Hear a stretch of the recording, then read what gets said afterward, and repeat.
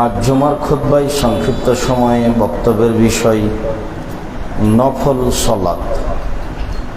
নফল সালাতের আলোচনায় আমরা সংক্ষিপ্তভাবে 9 ধরনের সালাতের আলোচনা করব ইনশাআল্লাহ।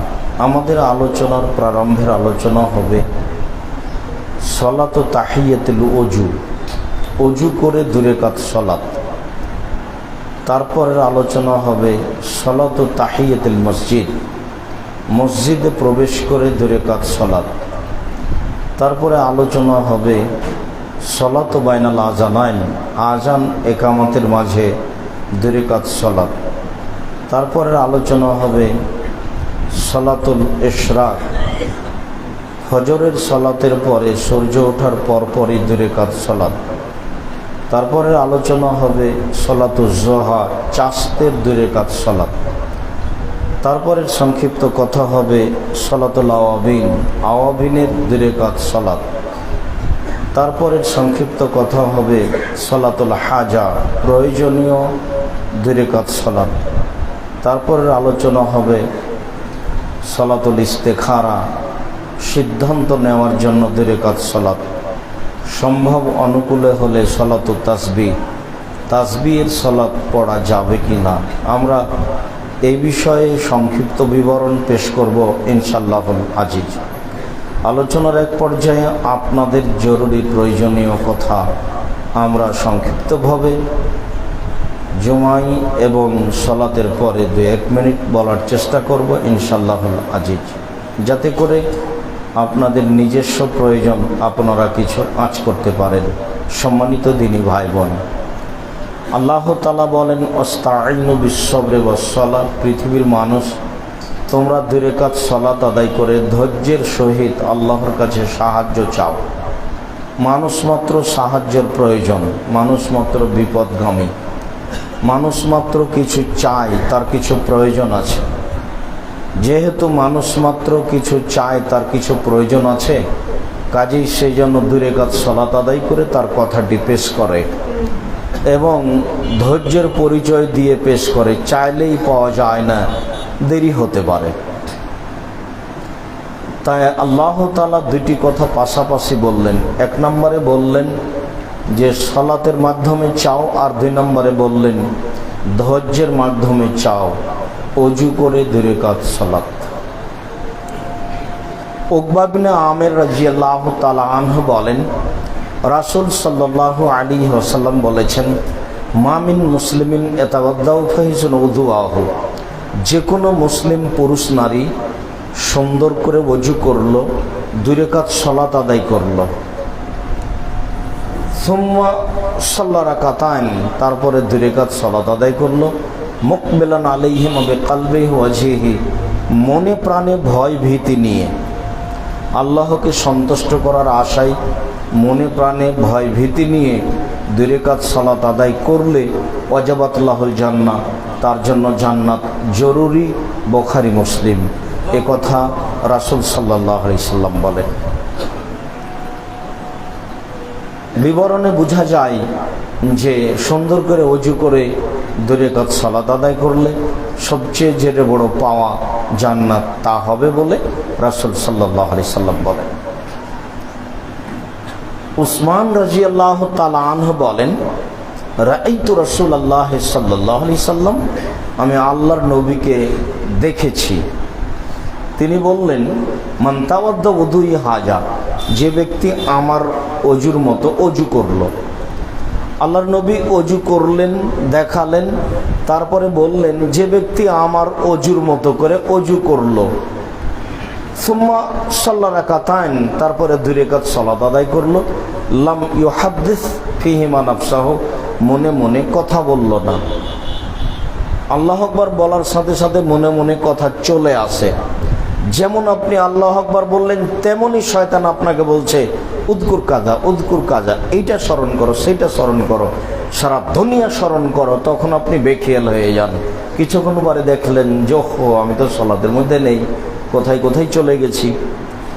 তাই রাসূল সাল্লাল্লাহু আলাইহি সাল্লাম বলেন, কেউ যদি 2 রাকাত সালাত আদায় করে, সুন্দর করে ওযু করে, মনে মনে কথা না বলে, খুব প্রস্তুতি নিয়ে একবারে পাহারাদারের মতো, তন্দ্রা আসলে চাকরি চলে যাবে, এরকম প্রস্তুতি নিয়ে 2 রাকাত সালাত আদায় করলে তাহলে শয়তান তেমন কাছে কাজ করতে পারবে না। রাসূল সাল্লাল্লাহু আলাইহি সাল্লাম বললেন, গুফিরা মা লাহু মা তাকাদ্দামা মিন জামবিহি, তাহলে তার অতীতের সব পাপ ক্ষমা হবে। ওযু করে 2 রাকাত সালাত। বুরাইদা রাদিয়াল্লাহু তাআলা আনহু বলেন, আসবাহা রাসূলুল্লাহ সাল্লাল্লাহু আলাইহি সাল্লাম ফাদা বেলালান, একদা আল্লাহর নবী সকালে ফজরের সালাত আদায় করে বেলালকে ডাকলেন। বেলালকে ডেকে বললেন, বেলাল বেমা সাবাক্তানি ইলাল জান্নাহ, তুমি আমার আগে জান্নাতে গেলে কিভাবে, কি কারণ? মা দাখালতুল জান্নাতা কাত্তু ইল্লা সামিতু খাসখাসাতাকা আমামি, যতবার আমি জান্নাতে প্রবেশ করি দেখি তুমি আমার আগে আগে জুতা পায়ে দিয়ে হাঁটো, এটার কারণ কি? কিভাবে তুমি আমার আগে জান্নাতে গেলে? তখন বেলাল রাদিয়াল্লাহু তাআলা আনহু বলেন, মা আযানতু কাত্তু ইল্লা সাল্লাইতু রাকাতাইন, যখনই আমি আজান দিয়েছি তখনই আমি 2 রাকাত সালাত আদায় করেছি।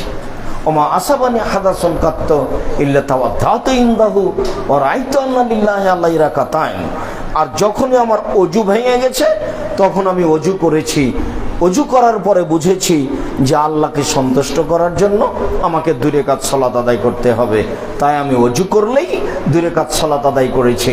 রাসূল সাল্লাল্লাহু আলাইহি সাল্লাম বললেন, বেহেমা, বুঝেছি বেলাল, এই কারণেই তুমি আমার আগে আগে জুতা পায়ে দিয়ে হাঁটো, এই দুটাই কারণ। হাদিস বুখারী মুসলিম। ওযু করার পরে 2 রাকাত সালাত আদায় করলে রাসূলের আগে জান্নাতের সুযোগ হবে, জান্নাতে যাওয়ার সুযোগ হবে, এই কথা রাসূল সাল্লাল্লাহু আলাইহি সাল্লাম বলছিলাম। ওযু করে 2 রাকাত সালাত, সালাতু তাহিয়াতুল ওযু, ওযু করে 2 রাকাত সালাত। সালাতু তাহিয়াতি দুখুলিল মসজিদ, মসজিদে প্রবেশ করে 2 রাকাত সালাত।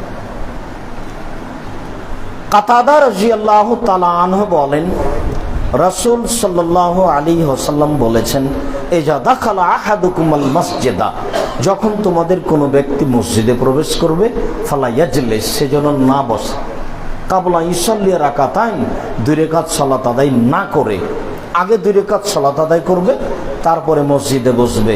হাদিস বুখারী মুসলিম। জাবির রাদিয়াল্লাহু তাআলা আনহু বলেন,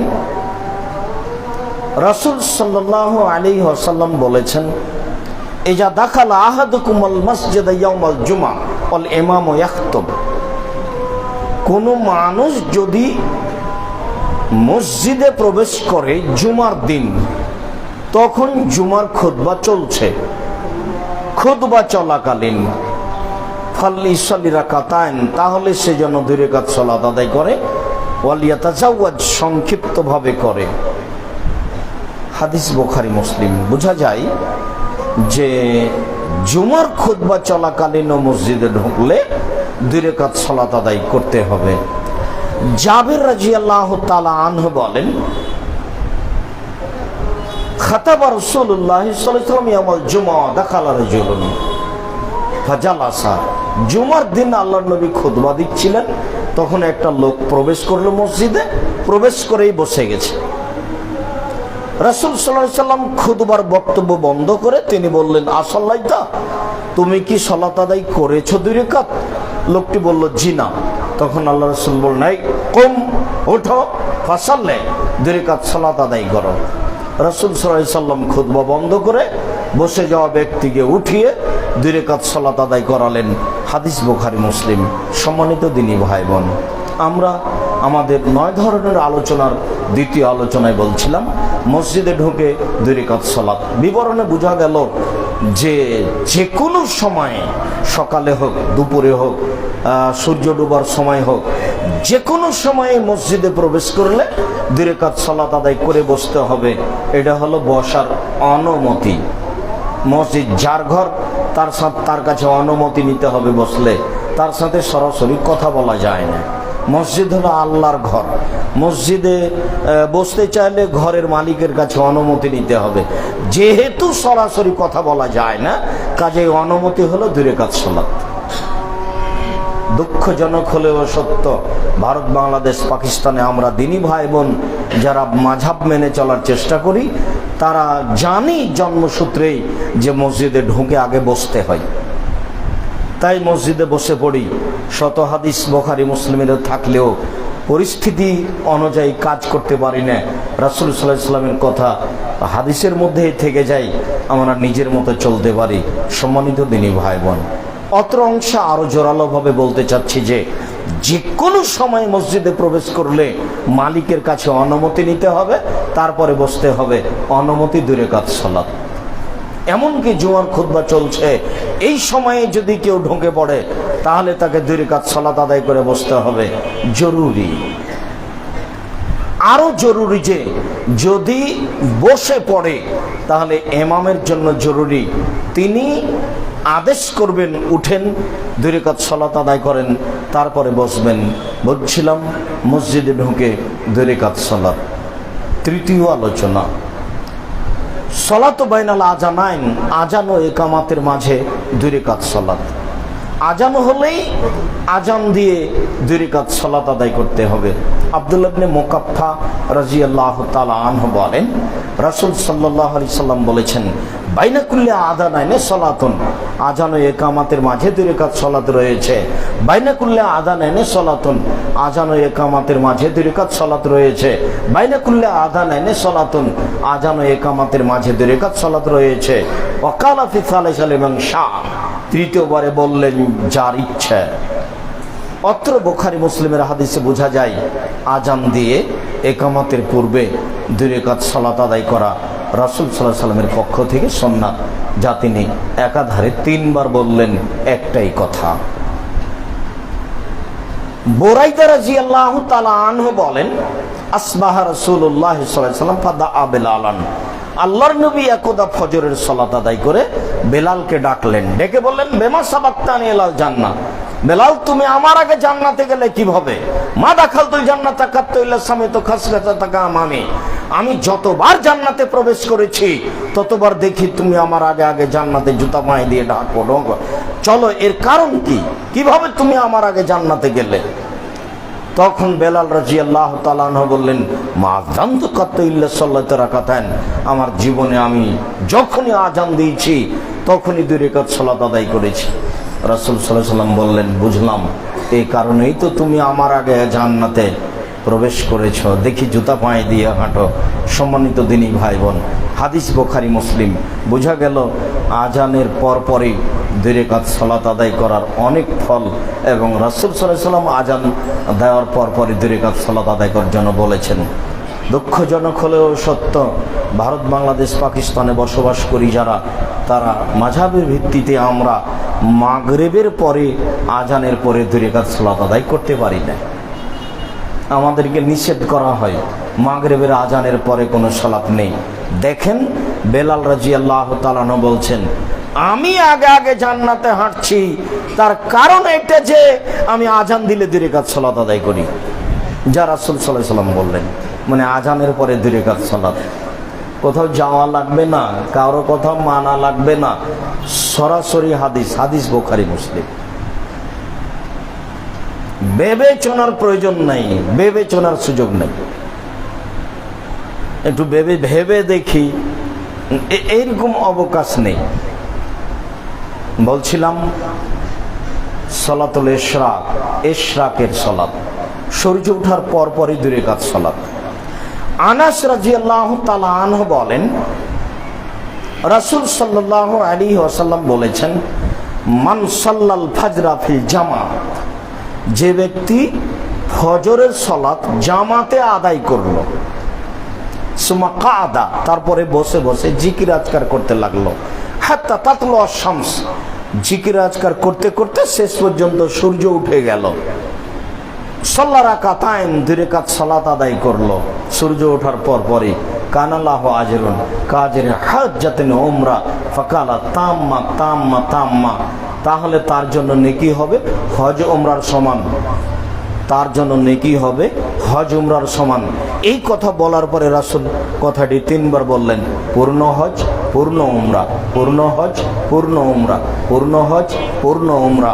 হজ উমরা করে যে নেকি পাওয়া যায়, পূর্ণ হজ পূর্ণ উমরার যে নেকি হবে, ফজরের সালাত আদায় করে বসে থেকে সূর্য ওঠার পরে 2 রাকাত সালাত আদায় করলে সেই নেকি হবে, এ কথা মুহাম্মদ সাল্লাল্লাহু আলাইহি সাল্লাম বলেন। ফজরের সালাত আদায় করার পরে বসে থেকে পেশাব পায়খানার প্রয়োজন হলে যেতে পারেন, সামাজিক কাজে জড়াতে পাবেন না, প্রয়োজনীয় সাংসারিক কাজে জড়ানো যাবে না।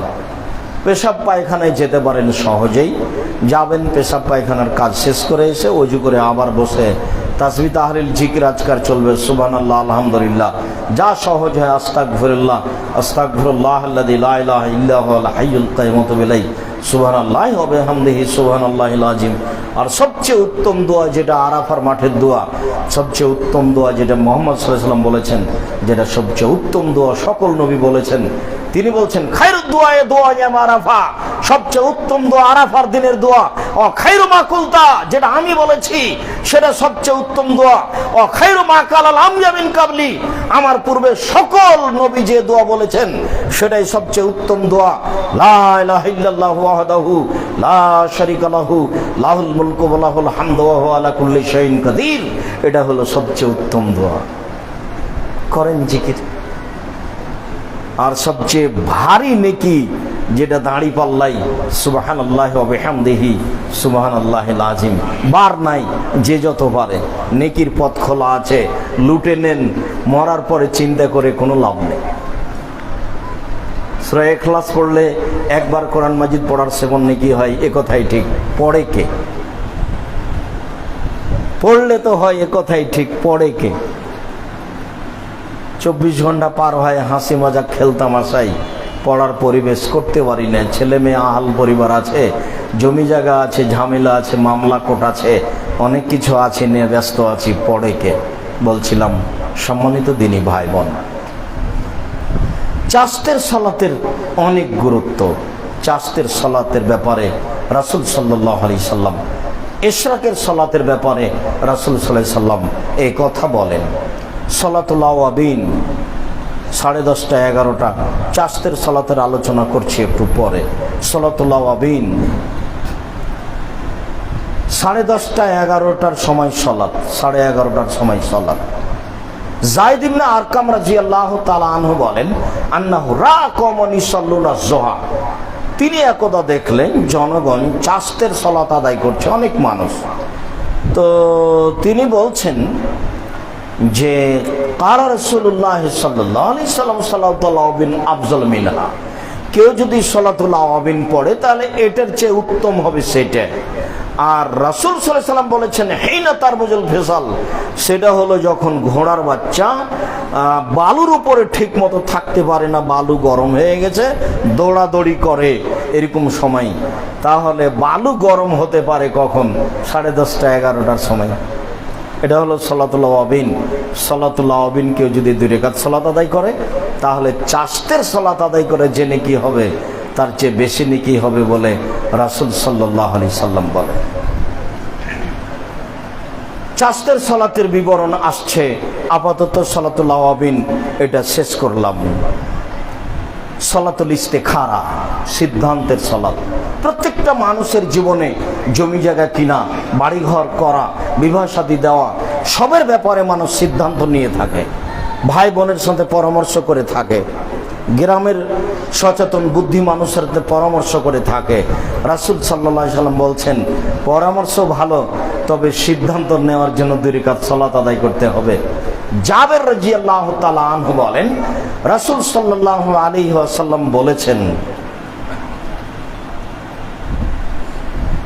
এদা আমারা, যে কোনো মানুষ এজা ইয়াফআলা বিল আমর, কোনো কাজ করতে চাই, কোনো সিদ্ধান্ত নিতে চাই, তাহলে ফালিসালি রাকাতাইন বেগাইরিল ফারাইজা, সেজন্য 2 রাকাত সালাত আদায় করে, ফরজ সালাত ব্যতীত। এটা ফরজ সালাত নয়, 2 রাকাত সালাত আদায় করবে, রাতে করাই ভালো, এশার সালাতের পরে 2 রাকাত সালাত আদায় করবে। তিনি বলছেন যে ইয়াল্লামনাল ইস্তিখারাতা কাম ইয়াল্লামনা সূরাতা মিনাল কোরআন, আল্লাহর নবী আমাদেরকে সিদ্ধান্তের সালাত শিখাতেন যেমন ভাবে কোরআনের সূরা শিখাতেন। যেমন ভাবে গুরুত্ব সহকারে কোরআনের সূরা শিখাতেন, তেমন ভাবে গুরুত্ব সহকারে সিদ্ধান্তের সালাত শিখাতেন।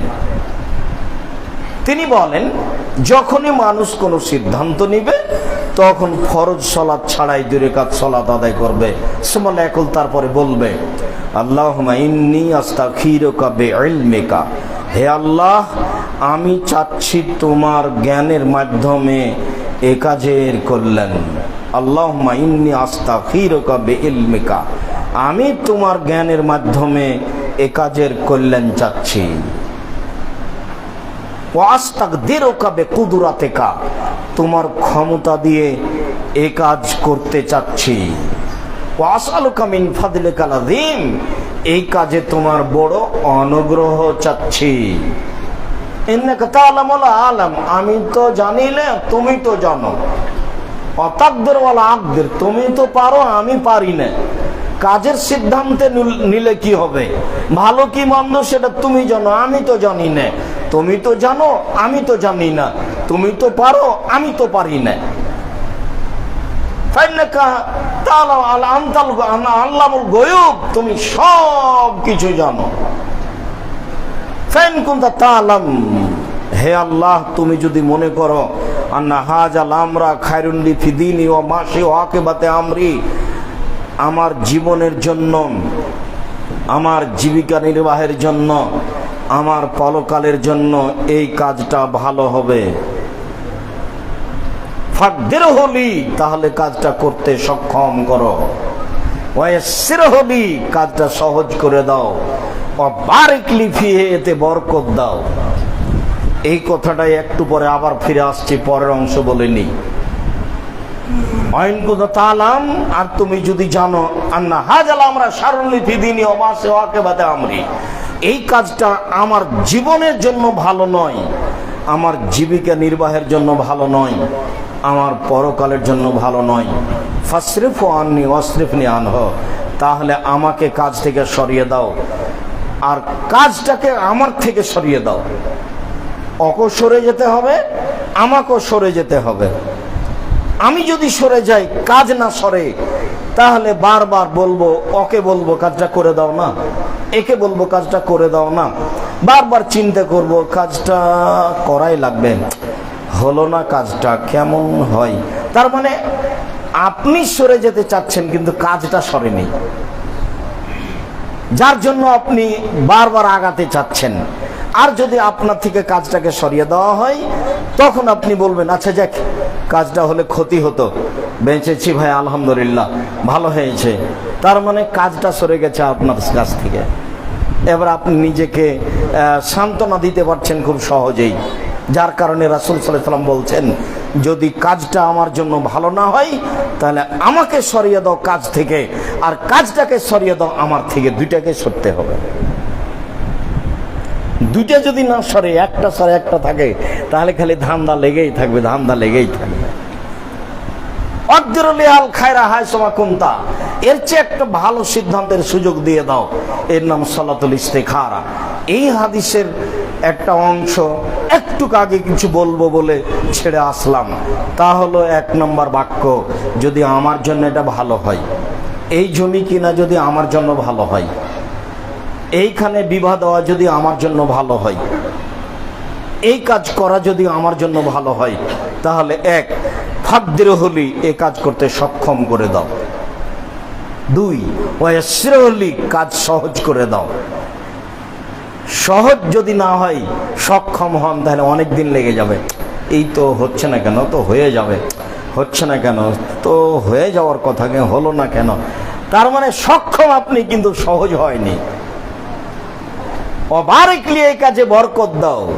কথার কথা বুঝানোর জন্য, আপনার ভাই জেলে আছে, জজের সাথে 9 লক্ষ টাকার চুক্তি হয়েছে, 9 লক্ষ টাকা দিলে আপনার ভাইকে ছেড়ে দিবে, আপনি সক্ষম, টাকা দিয়েছেন, আপনি সক্ষম, তার মানে আপনি এখন ক্ষমতা রাখেন। এবার জজ টাকাও নিয়েছে, কিন্তু রাস্তায় আসতে লেগে গাড়ি অ্যাক্সিডেন্ট হয়েছে, জজের হাত ভেঙে গেছে, এজলাসে বসেননি, আপনাকে সিদ্ধান্ত দিতে পারলেন না। সক্ষম হয়েছিলেন কিন্তু কাজ সহজ হলো না। এবার সক্ষম হয়েছেন, কাজও সহজ, জজ এজলাসে বসেছে, মুক্তিও দিয়েছে, ফাইনাল হয়ে গেছে, বের করার জন্য আপনি এসেছেন। এবার দরজা থেকে বের হতে না হতেই আবার গ্রেফতার হয়ে গেল। সক্ষম হলাম, সহজও হলাম, কিন্তু বরকত হলো না। যার জন্য তিনটাই লাগবে। আপনার বাড়িতে একটা টেবিল আছে, আপনার দাদের হাতের করা আছে এখনো, আপনি একটা কালকে করেছেন, করে মিস্ত্রি গেছে, ওপরে একটা বস্তা ছিল, আপনি খেয়াল করেননি, বস্তার টেবিলের উপরে পড়ে টেবিলটা ভেঙে গেছে। আপনি তো খুব স্বাদ করে করলেন, কিন্তু মিস্ত্রি বাড়ি যায়নি, ভেঙে গেছে। আর আপনার দাদার একটা টেবিল আছে 100 বছর থেকে 50 বছর, এবার ওইভাবেই আছে, রং পরিবর্তন হয়ে গেছে। রাসূল সাল্লাল্লাহু আলাইহি ওয়াসাল্লামের এই কথাটি মনে রাখবেন। ফাকদের হলি, কাজে সক্ষম করো। 1 2 ওয়াসরহলি, কাজ সহজ করে দাও। 3 বারিকলি ফিহিতে, বরকত দাও। ব্যবসা বাণিজ্য, জমি জায়গা, অর্থ সম্পদ, চাকরি বাকরি, বাড়ি ঘর, সব কিছুতে বরকত লাগবে। বরকত যদি না থাকে তাহলে আসবে আর যাবে, আসবে আর যাবে, ভেঙে যাবে, নষ্ট হবে। যা করতে চাচ্ছিলাম হয় না, হয় আবার থাকে না, এরকম মনে হবে। যার জন্য বরকতের দরকার। সম্মানিত মসজিদের মুসল্লি, দিনী ভাই বোন, আমরা আজকে নফল সালাত হিসাবে 9 ধরনের সালাতের আলোচনা করছিলাম। আপাতত আমরা জুম্মার প্রথম অংশে, খুতবার প্রথম অংশে 3 ধরনের আলোচনা বাকি রেখে প্রথম অংশ শেষ করছি। পরবর্তীতে বাকি 3 আলোচনা হবে ইনশাআল্লাহ। আল্লাহুম্মা সাল্লি আলাইহি, আল্লাহুম্মা বারিক আলাইহি।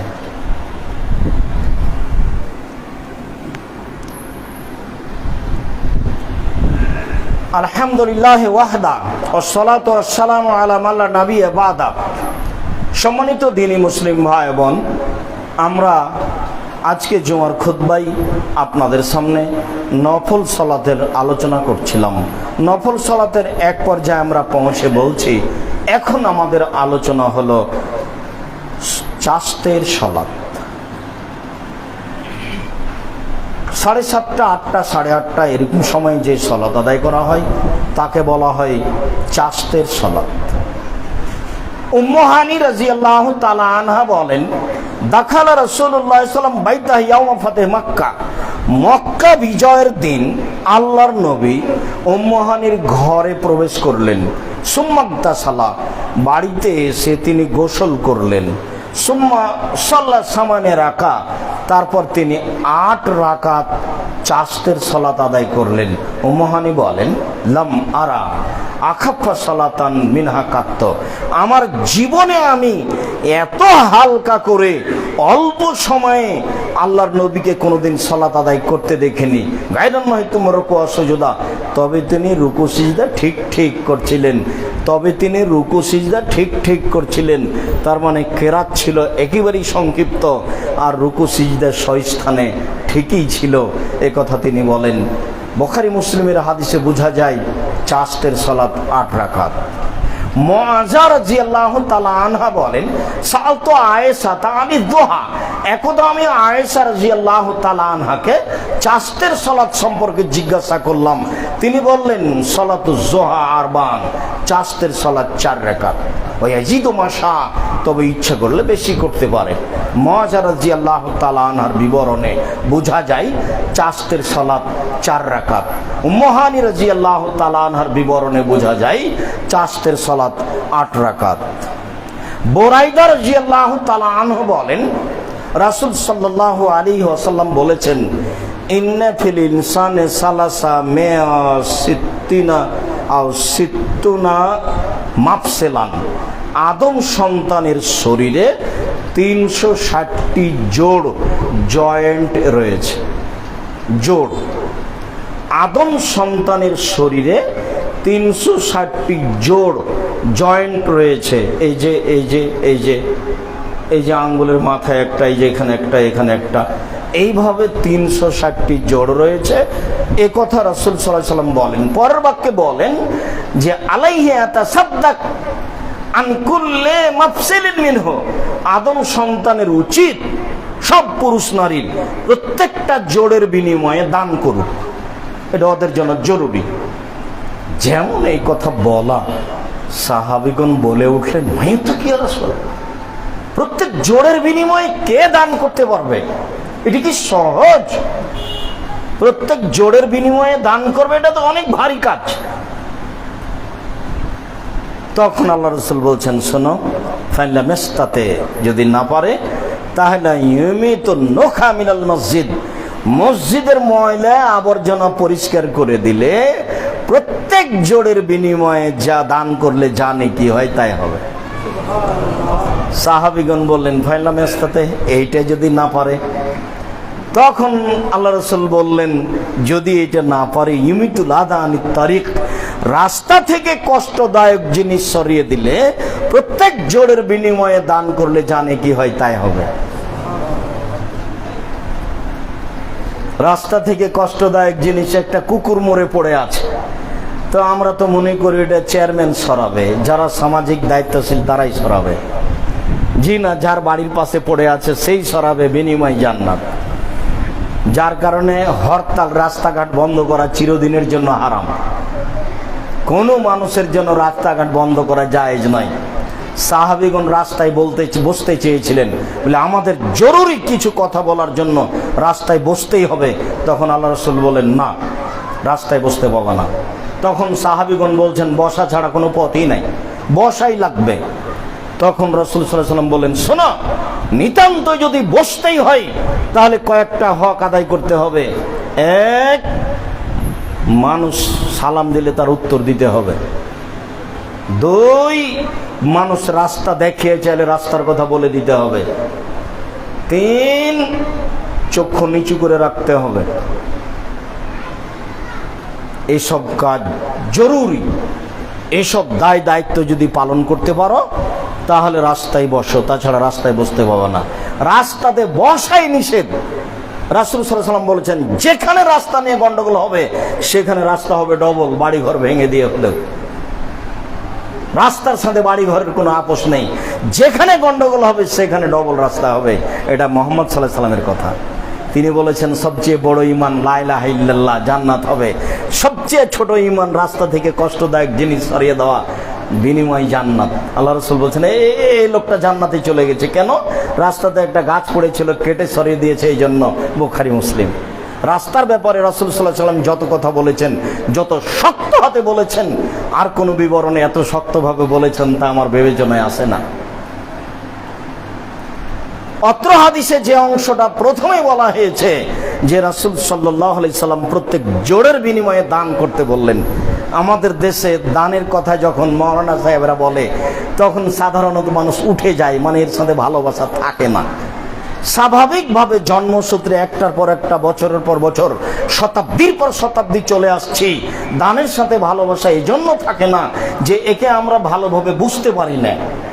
আর যারা দান নিয়ে যায় তারা ঠিক মতো ব্যবহার করে কিনা সেটা আমরা জানি না। এখানে একটা বাক্য মনে রাখবেন, পরে আবার প্রয়োজন আমি বলতে পারি। দানই একটা এমন ইবাদত, ইবাদতের জগতে এত শক্তিশালী, পাওয়ারফুল, ক্ষমতাধর ইবাদত পৃথিবীতে নেই। এর মানি ভিন্ন। সালাত একটি গুরুত্বপূর্ণ ইবাদত। একাধিক দিন শুনেছি সালাত আদায় করে জান্নাত হতে পারে, তবে জান্নাত কিনা যায় না। সিয়াম একটা গুরুত্বপূর্ণ ইবাদত।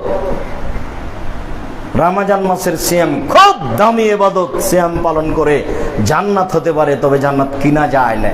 হজ একটা বড় ইবাদত, কষ্ট করে করা লাগে। হজ করলে জান্নাত পাওয়া যায়, তবে জান্নাত কিনা যায় না। তাসবিহ, তাহলিল, জিকির, আজকার বড় ইবাদত, জান্নাত পাওয়া যেতে পারে, তবে জান্নাত কিনা যায় না। দানই একটা এমন ইবাদত যার দিয়ে জান্নাত কিনা যায়। আল্লাহ তাআলা শত জায়গাতে বলেছেন কোরআন মাজিদে, আমি জান্নাত বিক্রি করে দিয়েছি, তোমরা নিজের আত্মার বিনিময়ে এবং টাকার বিনিময়ে জান্নাত কিনে নাও। মানে নিলামে উঠার মতো, ডাকে উঠানোর মতো। আমি ডাকে উঠিয়েছি জান্নাত, দেখি কে কিনে নিতে পারে।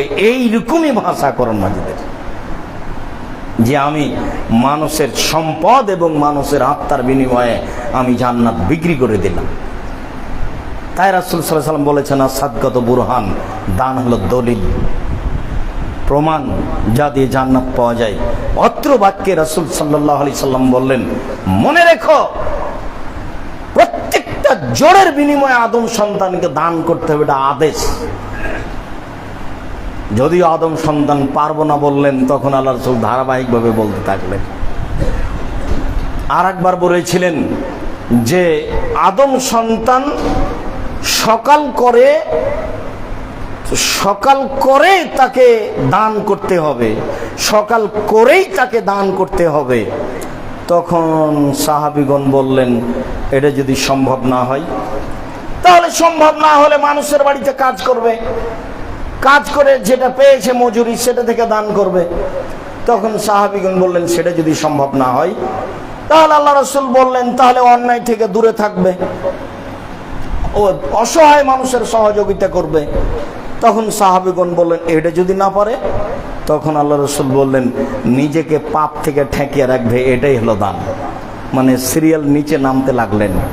সম্মানিত মসজিদের মুসল্লি, বলছিলাম অত্র হাদিসে রাসূল সাল্লাল্লাহু আলাইহি ওয়াসাল্লাম শেষ বাক্য বললেন যে যদি রাস্তা থেকে কষ্টদায়ক জিনিস সরাতে না পারে, তাহলে আয়ারকা রাকাতা জোহা, চাস্তের 2 রাকাত সালাত আদায় করলে প্রত্যেক জোড়ের বিনিময়ে যত নেকি হয় তত নেকি হবে।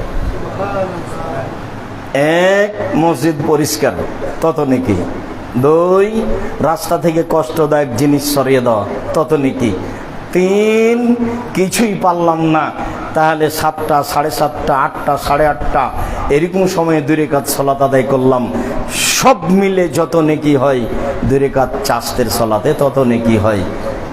1, চাস্তের সালাত 8 রাকাত, 2, চাস্তের সালাত 4 রাকাত, 3, চাস্তের সালাত 2 রাকাত। আমরা আমাদের আলোচনার শেষের দিকে চলে এসে বলছি, এইবার সালাতুল হাজাত, প্রয়োজনীয় সালাত। প্রত্যেকটা মানুষের প্রয়োজন আছে, প্রত্যেকটা মানুষ কিছু না কিছু বিপদগামী।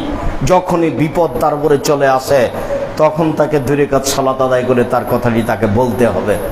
হুযায়ফা ইবনুল ইয়ামান রাদিয়াল্লাহু তাআলা আনহু বলেন, কানান নবী সাল্লাল্লাহু আলাইহি ওয়াসাল্লাম জাহাজাবু আমরুন সাল্লাহ, যখনই আল্লাহর নবীর উপরে কোনো সমস্যা এসে চেপে যেত, তখনই তিনি 2 রাকাত সালাত আদায় করলেন।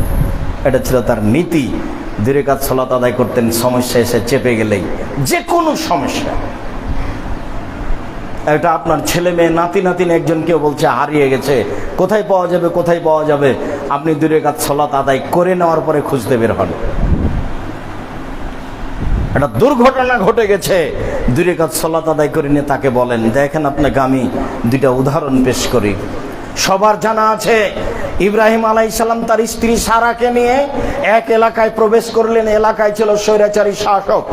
স্বৈরাচারী শাসককে বলা হলো, আপনার এলাকায় এক লোক প্রবেশ করেছে, তার সাথে একজন মহিলা রয়েছে, সে মহিলা আরব ভূখণ্ডের সবচেয়ে সুন্দরী। জিজ্ঞাসা করে দেখা গেল যে সেটা তার বোন। তিনি বললেন, এটা আমার বোন। অনেক চেষ্টা করে ওই ইব্রাহিম আলাইহিস সালাম তার স্ত্রী সারাকে রক্ষা করতে পারলেন না। তিনি বলেছিলেন, সারা তুমি মনে রেখো, মাটির উপরে আমি আর তুমি ছাড়া পৃথিবীতে কোনো মুসলিম পুরুষের নেই, এই হিসাব আমরা ভাই বোন বটে। কৌশল কুলালো না, শেষ পর্যন্ত স্ত্রীকে তার কাছে পাঠিয়ে দিতে হলো। যখনই স্বৈরাচারী শাসক ঘরে ঢুকেছে, তখন সে দাঁড়িয়েছে তার সাথে অন্যায় করার জন্য। সারা বললেন, থামেন, আগে ওযু হবে, 2 রাকাত সালাত হবে, তারপর কথা। তিনি ওযু করলেন, 2 রাকাত সালাত আদায় করলেন। 2 রাকাত সালাত আদায় করে বলছেন, আল্লাহুম্মা, হে আল্লাহ, ইন কুনতা তাআলাম, তুমি যদি জেনে থাকো, আমানতু বিকা ওয়া রাসূলিকা, আমি তোমাকে বিশ্বাস করি, তোমার রাসূল ইব্রাহিমকে বিশ্বাস করি। আমি ইব্রাহিমকে স্বামী বলছি না, আমি বলছি ইব্রাহিম নবী। আসান্ত ফারজিল্লাহ জাওজি, আমার জিন্দেগিতে আমি কোনোদিন অশ্লীল কাজ করিনি। আমার স্বামী ছাড়া আমার লজ্জাস্থান পৃথিবীর কোনো মানুষকে ব্যবহার করতে দিনি। যদি আমার কথা 3টা সত্য হয়ে থাকে, ফালা তুসাল্লিত আলাল কাফেরা, তাহলে নির্জনে কাফের যেন আমার গায়ে হাত লাগাতে না পারে। কথা শেষই হয়নি, স্বৈরাচারী শাসক অজ্ঞান হয়ে পড়ে গেছে। হাদিস তো বুখারী মুসলিম। সালাতুল হাজা, প্রয়োজনীয় বিপদের সালাত। যখন আমি আলোচনার এই পর্যায়ে আসি, তখনই আমার মুসা আলাইহিস সালামের ওই কথাটা মনে পড়ে। যখনই আমি সালাতের এই পর্যায়ে আসি, তখনই মুসা আলাইহিস সালামের সেই কথাটি মনে পড়ে। মুসা আলাইহিস সালামের সঙ্গী সাথী বললেন, যখন সামনে সাগর, পিছনে ডানে বামে ফেরাউন, তখন মুসা আলাইহিস সালামের সঙ্গী সাথী বলেছিলেন, ইন্নাল্লাহ মুদরাকুন, আমরা বন্দী, আমরা আটকা পড়েছি। তখন মুসা আলাইহিস সালাম বলেছিলেন, কাল্লা, কখনো নহে, অসম্ভবত হতে পারে না। ইন্না মায়া রাব্বি, আমার সাথে আমার প্রতিপালক রয়েছেন, সায়াহদিনী, তিনি আমাকে পথ দেখাবেন। কিভাবে পথ হতে পারে এই কথা মুসা আলাইহিস সালামের জানা ছিল না, তবে তার দৃঢ়তা ছিল যে ফেরাউন আমাকে ধরতে পারে না। সারার দৃঢ়তা ছিল যে স্বৈরাচারী শাসক আমার গায়ে হাত লাগাতে পারে না। সত্যই যদি আল্লাহ সত্য হয়, তার মানে আমার ঈমান সত্য। সত্যই যদি নবী ইব্রাহিম সত্য হয়, তার মানে আমার ঈমান সত্য। সত্যই যদি আমি কোনোদিন জেনা না করে থাকি, কথা তিনটে যদি সত্য হয়, তাহলে স্বৈরাচারী শাসক আমার গায়ে হাত লাগাতে পারে না, এটাও সত্য। এর নাম সলাতুল হাজা, প্রয়োজনীয় সলাত। খুব ভালো জানেন, আবু হুরায়রা রাদিয়াল্লাহু তাআলা আনহু বলেন, লাম ইয়াতাকাল্লাম ফিল মাহাদি ইল্লা সালাসা, কোলে মাত্র 3 জন মানুষ কথা বলেছিল দুধ খাওয়া অবস্থায়, তার মধ্যে একজন ছিলেন ঈসা। হাজার হাজার বছর আগে একটা ঘটনা ঘটেছিল। জোরাইজ নামে একটা লোক গির্জা ঘরে ইবাদত করছিল। ইবাদত করাকালীন তার মা আসলো, এসে তাকে ডাক দিল। জোরাইজ বলল, আমি কথা বলবো মায়ের সাথে না সালাত আদায় করব। ভাবতে ভাবতে দেরি হয়ে গেছে। তখন মা বদদুয়া করে ফেললেন। মা বললেন, আল্লাহুম্মা লা তুমি তুরে ওজুহাল মুমিসাত, আল্লাহ তুমি ছেলের মরণ দিও না যতদিন পর্যন্ত ও একটা অবৈধ পতিতালয়ের মহিলার মুখ না দেখেছে, একটা দুর্ঘটনায় না পড়েছে, ততদিন পর্যন্ত তুমি তার মরণ দিও না। বদদুয়া করে মা চলে গেলেন। যেতে না যেতেই ফাতার রাজাতালাহু, একজন মহিলা সামনে আসলো, ফাতাকাল্লামাতু, তার সাথে কথা বলল। ফাবা, তিনি জেনাকে নাকচ করলেন। ফাতাতির রাইয়া, মহিলা একজন রাখালের কাছে আসলো। ফামকানাথু, তাকে জোর করে চেপে ধরে তার সাথে জেনা করলো। ফাওয়ালাদাত গোলামান, একটা বাচ্চা জন্ম দিল। ফাকালাত হুয়া মিন জোরাইজ, বলে দিল মহিলা, এই বাচ্চাটি জোরাইজের। ফাতাহু, গ্রামবাসী জনগণ তার গির্জা ঘরের পাশে আসলো। ফাকাসসারহু, গির্জা ঘরকে ভেঙে খান খান চৌচির করে দিল। ওয়ানজালাহু, তাকে টেনে হেঁচড়ে রাস্তায় নামিয়ে দিল। ওয়াসাব্বুহু, অকথ্য ভাষায় গালি দিল। ফাতাওয়াজ্জা, তিনি উঠলেন, ওযু করলেন, 2 রাকাত সালাত আদায় করলেন। 2 রাকাত সালাত আদায় করার পরে ফাতা আসাবিয়া, বাচ্চার নিকটে আসলেন। ফাতার রাইয়ে, ওই বাচ্চার নিকটে এসে তিনি বললেন, মান আবুকা, দুধের বাচ্চা, বলো তো তোমার বাপকে। দুধের বাচ্চা বলল, আবিয়া রাই, আমার বাপ হচ্ছে রাখাল। কালু, জনগণ বললেন, আপনি সমাতা কাবিজ যাবে, আপনার এই গির্জা ঘরকে স্বর্ণ দিয়ে বানিয়ে দিব। জোরাইজ বলেন, লাইল্লাবি 3, না, মাটি দিয়ে বানাতে হবে, যাহাই ছিল তাহাই করিতে হইবে।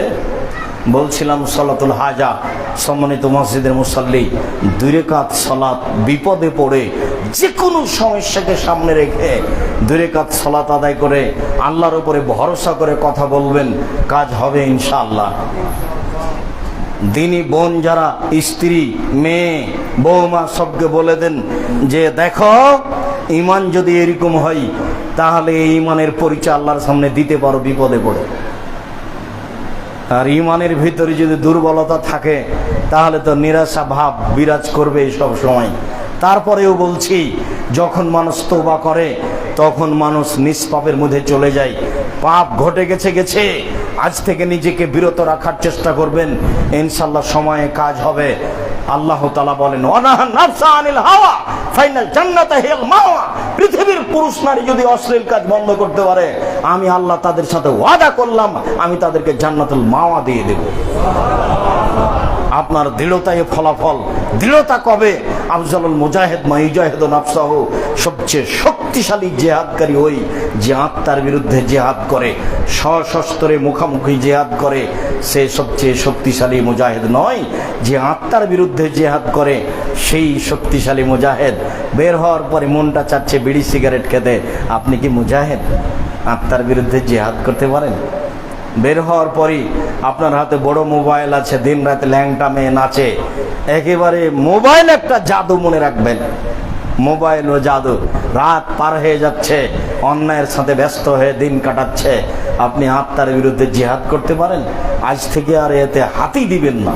মোবাইল না হলেই চলে, এরকম সিদ্ধান্ত নেবেন, তাহলে আপনার জন্য পথ সহজ হয়ে যাবে। সলাতুত তাসবিহ, তাসবিহের সলাত মর্মে হাদিসটি ঠিক নয় বলে আমরা কোনোদিনই মানুষকে এ বিষয়ে উদ্বুদ্ধ করিনি। যদিও আলবানী রাহিমাহুল্লাহ সলাতুত তাসবিহর কথা বলেছেন। সলাতুত তাসবিহ হলো 4 রাকাত সলাত। প্রথম রাকাতে সূরা ফাতিহা অন্য একটি সূরার পড়ার পরে 15 বার বলতে হবে সুবহানাল্লাহি ওয়া আলহামদুলিল্লাহি ওয়া লা ইলাহা ইল্লাল্লাহু আল্লাহু আকবার।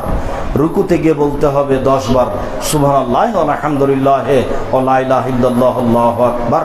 রুকু থেকে উঠে বলতে হবে সুবহানাল্লাহি ওয়া আলহামদুলিল্লাহি ওয়া লা ইলাহা ইল্লাল্লাহু আল্লাহু আকবার 10 বার।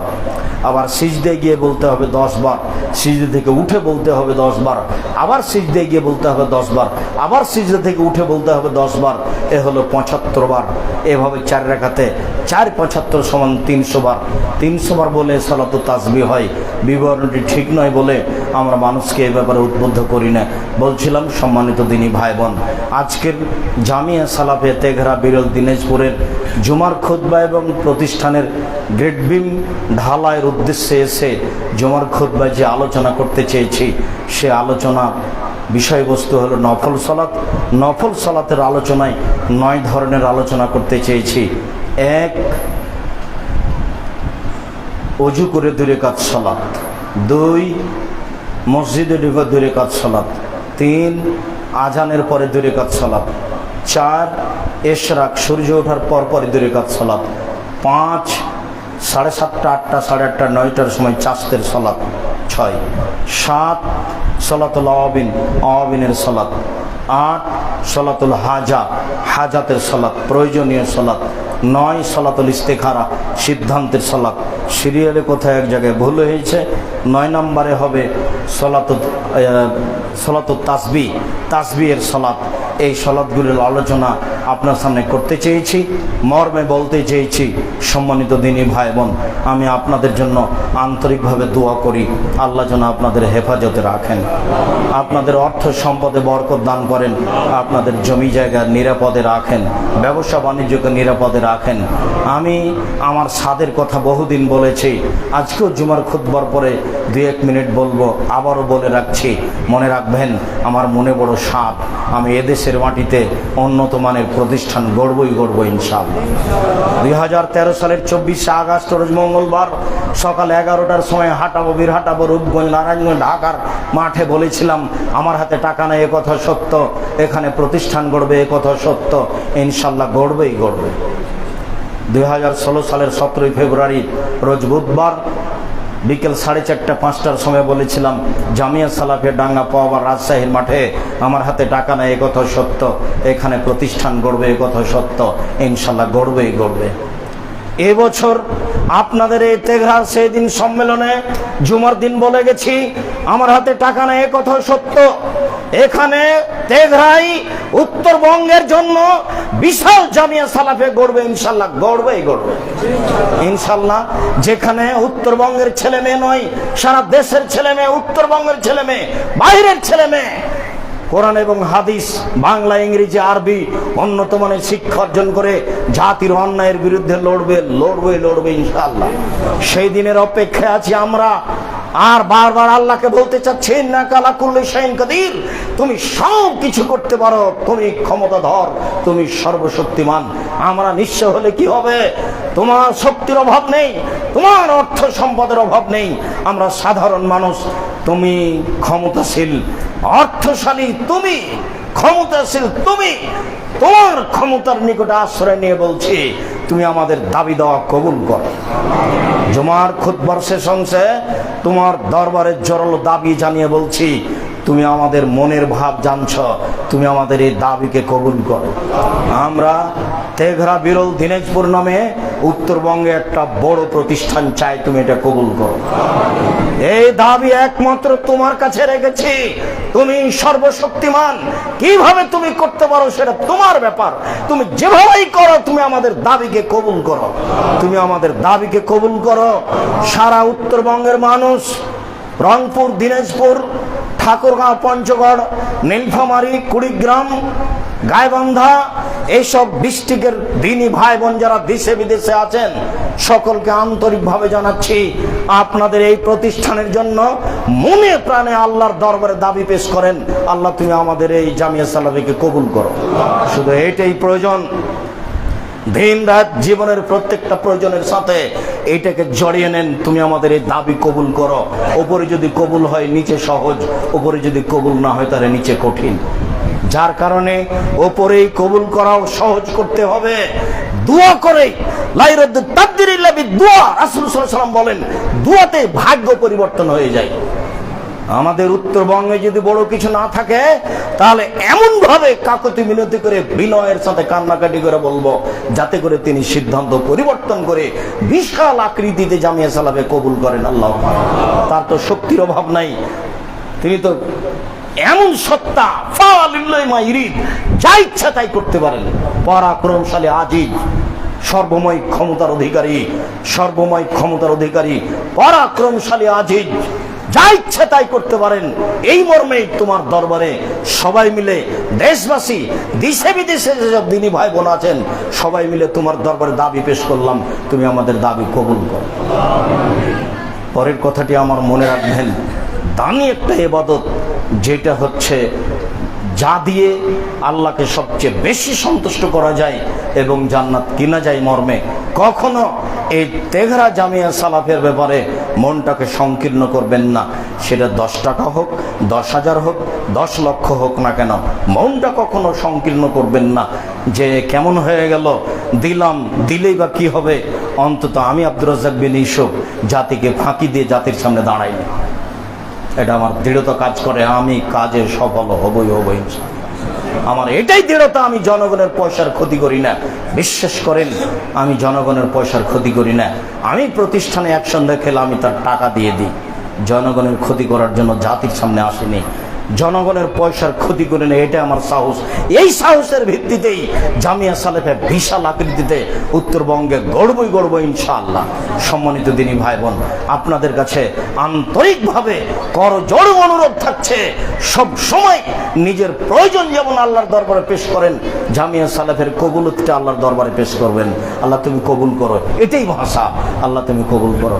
মনে প্রাণে অন্তর থেকে জামিয়া সালাফে তেঘরা বিরল দিনাজপুরকে ভালোবাসা জানিয়ে যেদিনই আসবেন সেদিনই 50 টাকা, 500 টাকা, 5,000 টাকা, 10,000 টাকা, 1 লাখ টাকা হাতে করে আসবেন। আজকে এসেছেন খালি আসা হিসাব ভিন্ন, যখন কোটাটা সামনে দিয়ে যাবে তখন আপনার সামনে দিয়ে পার হয়ে যাবে খালি, এটা যেন মাথায় না থাকে। আল ইয়াদুল উলিয়া খায়রুম মিন ইয়াদিস সুফলা, ওপরের হাতটা ভালো নিচের হাতের চেয়ে। উপরের হাতটা নিয়ে আসবেন, হোক না কেন 10 টাকা, হোক না কেন 10,000, হোক না কেন 10 লক্ষ। কখনো মনে প্রাণে এইটা ভেবে থাকবেন যে কোটাটা আমার সামনে আসলে কিছু না কিছু আমি দিবই দিব। আজকেও বলছি, সলাতের পরে আপনারা বৈঠকি দানে সবাই অংশগ্রহণ করবেন, দোয়া করবেন। যেমন দানের হাত প্রশস্ত করবেন, তেমন আল্লাহ নিজে কিছু করেন না, আমাদের দিয়ে করেন। আল্লাহ তুমি আমাদের দাবি কবুল করো। আল্লাহ তুমি এই সলাত যেভাবে আজকে বিবরণ শুনলাম সময়ের গতিতে, সেইভাবে সলাত আদায় করার তুমি তৌফিক দান করো। বিপদ আপদে সুবিধায় যেন 2 রাকাত সলাত আদায় করে মনের ভাবটা তোমার কাছে পেশ করতে পারি, এই সুযোগ তুমি করে দিও। আল্লাহ আমাদের যারা মারা গেছে তুমি তাদের কবরের শাস্তি মাফ করো। এই তেঘরা একটা পুরাতন গ্রাম, যত মানুষ এই প্রতিষ্ঠানের সাথে জড়িয়েছিল, প্রতিষ্ঠানকে ভালোবাসা দেখিয়েছে, সহযোগিতা করেছে, তুমি তাদের কবরের শাস্তি মাফ করে দাও। তুমি তাদের কবরকে প্রশস্ত করো, তুমি তাদের কবরকে আলোকিত করো। আমাদের যারা আমরা মুসলিম দিনী ভাই বোন দেশে বিদেশে আছি, আমাদের যারা আত্মীয় স্বজন মারা গেছে, তুমি তাদের কবরের শাস্তি মাফ করে দাও। তুমি তাদের কবরকে প্রশস্ত করো, তুমি তাদের কবরকে আলোকিত করো। আমরা যারা অসুস্থ অবস্থায় বাড়িতে হাসপাতালে আছি, তুমি তাদের আরোগ্য দান করো, তুমি তাদের সুস্থতা দান করো। আমরা যারা আছি বেঁচে, তুমি তাদেরকে তোমার রাসূলের পদ্ধতি অনুযায়ী চলার তৌফিক দান করো। আল্লাহ তুমি আমরাকে জামিয়া সালাফিয়া তেঘরা বিরল দিনাজপুরকে অন্তর থেকে ভালোবাসার তৌফিক দান করো, সার্বিকভাবে সহযোগিতা করার সুযোগ করে দাও। তোমার দরবারে এই জোরালো দাবি ও দাওয়া দোয়া রেখে আজকের জুমার খুতবা এখানে শেষ করলাম। সাল্লাল্লাহু আলাইহি ওয়াসাল্লাম।